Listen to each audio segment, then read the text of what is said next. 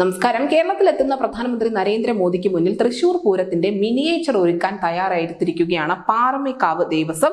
ജനുവരി 3 നടക്കുന്ന മോദിയുടെ road show സമയത്താവും ഇത്തരത്തിലുള്ള ഒരു മിനി പൂരം തൃശൂരിൽ അരങ്ങേറാൻ പോകുന്നത്. ഇതിനായി സുരക്ഷ അനുമതി ഉൾപ്പെടെ പാറമേക്കാവ് ദേവസ്വം ഇപ്പോൾ തേടിയിട്ടുണ്ട്.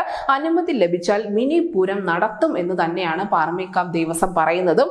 പാറമേക്കാവ് ക്ഷേത്രത്തിന് മുന്നിലായിരിക്കും ഈ മിനി പൂരം അരങ്ങേറാൻ പോകുന്നത്. 15 ആനകളെ നിരത്തി 200ഓളം പേരുടെ മേളവും മിനി പൂരത്തിന്റെ ഭാഗമായി തന്നെ സംഘടിപ്പിക്കും.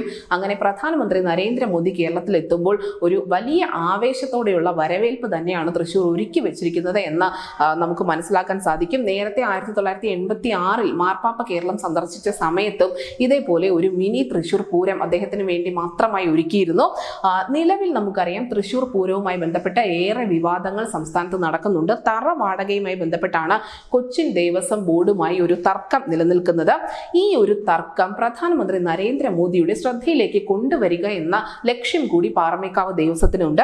പൂരം പ്രതിസന്ധിയെ തുടർന്ന് സർക്കാർ കഴിഞ്ഞ ദിവസം വിളിച്ച യോഗം അത് ഒരു തീരുമാനവുമാകാതെ പിരിഞ്ഞു പോയിരുന്നു. വിഷയത്തിൽ കോടതി ഇടപെടൽ ഉണ്ടായതിനാൽ തന്നെ കോടതിയോട് ചോദിക്കാതെ ഒന്നും ചെയ്യാൻ തങ്ങൾക്ക് സാധിക്കില്ല എന്നാണ് സർക്കാരിന്റെ പ്രതിനിധികളായ മന്ത്രി കെ രാധാകൃഷ്ണനും കെ രാജനും പറഞ്ഞിരിക്കുന്നത്. കോടതി ഇടപെടൽ ഉണ്ടായിട്ടുള്ളത് കൊണ്ട് തന്നെ തങ്ങൾക്ക് ഇതിൽ പ്രത്യേകിച്ച് തീരുമാനമൊന്നും എടുക്കാൻ സാധിക്കില്ല എന്ന് അറിയിച്ചിരിക്കുന്നു. എന്തായാലും കേസ് 4-ാം തീയതിയിലേക്ക് കോടതി വെച്ചിരിക്കവെയാണ് അതിനു മുൻപ് തന്നെ പൂരത്തിന്റെ ഒരുക്കങ്ങളുമായി പാറമേക്കാവ് മുന്നോട്ട് പോയിക്കൊണ്ടിരിക്കുന്നത്.